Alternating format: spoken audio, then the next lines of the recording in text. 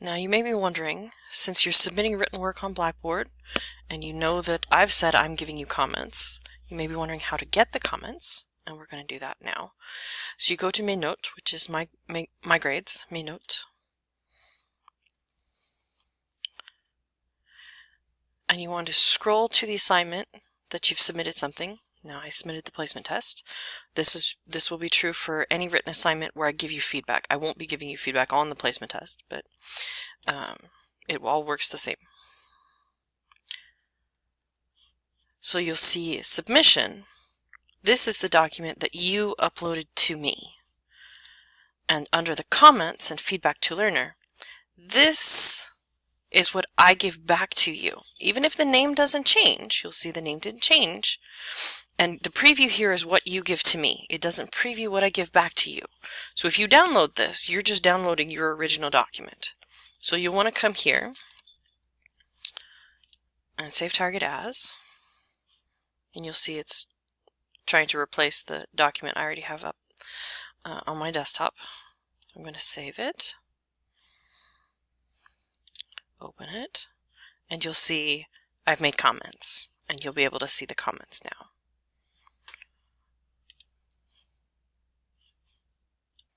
So I know I'm doing this kind of backwards, and I did the how to get your comments first, but let's look at the first writing assignment.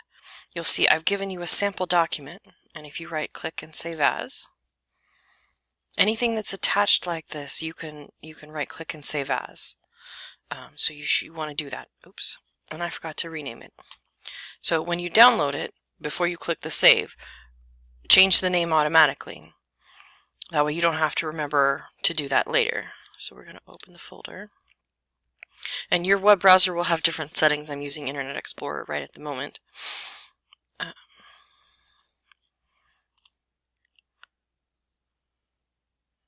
But just rename it. Make sure to put your last name first.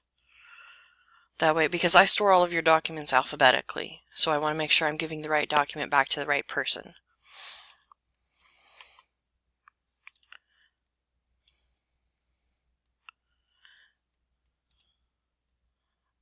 So you'll see that there's a tab already set under each question. I pre-formatted the answers so that when you start typing answers, maybe, you have to enable the editing sometimes. There we go. So when you start typing answers, it'll automatically pre-format the color and the boldness, right?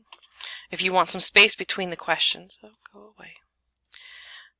Hit enter after you've started typing your answer. This will help me find your answers a little bit better when I get this sea of text. It gets a little hard sometimes to see your answers.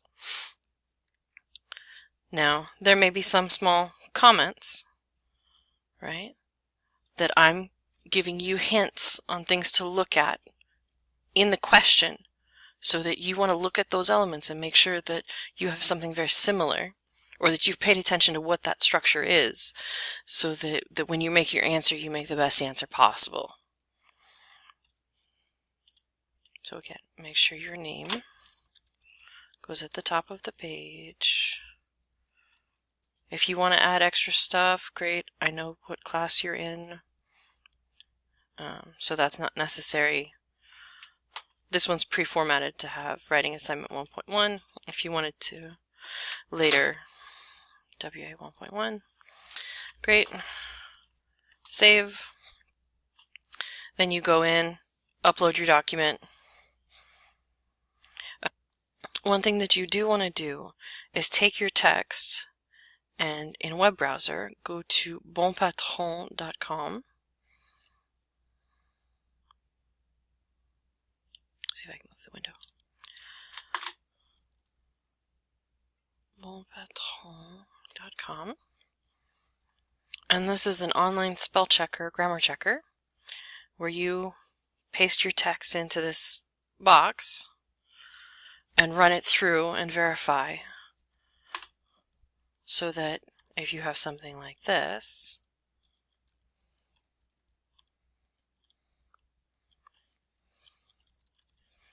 it will check your grammar and say, oh, there's something wrong here. Right? There's not supposed to be any spaces. And then I've misspelled this. And so it gives you a whole bunch of choices.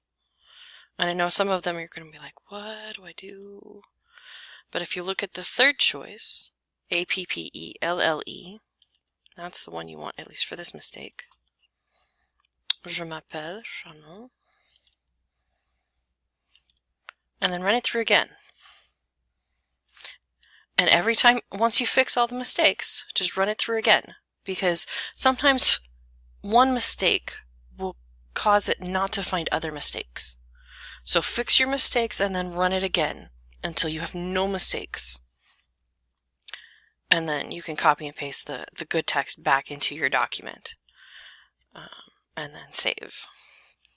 Once you're ready, you come back here, browse the computer, find your document.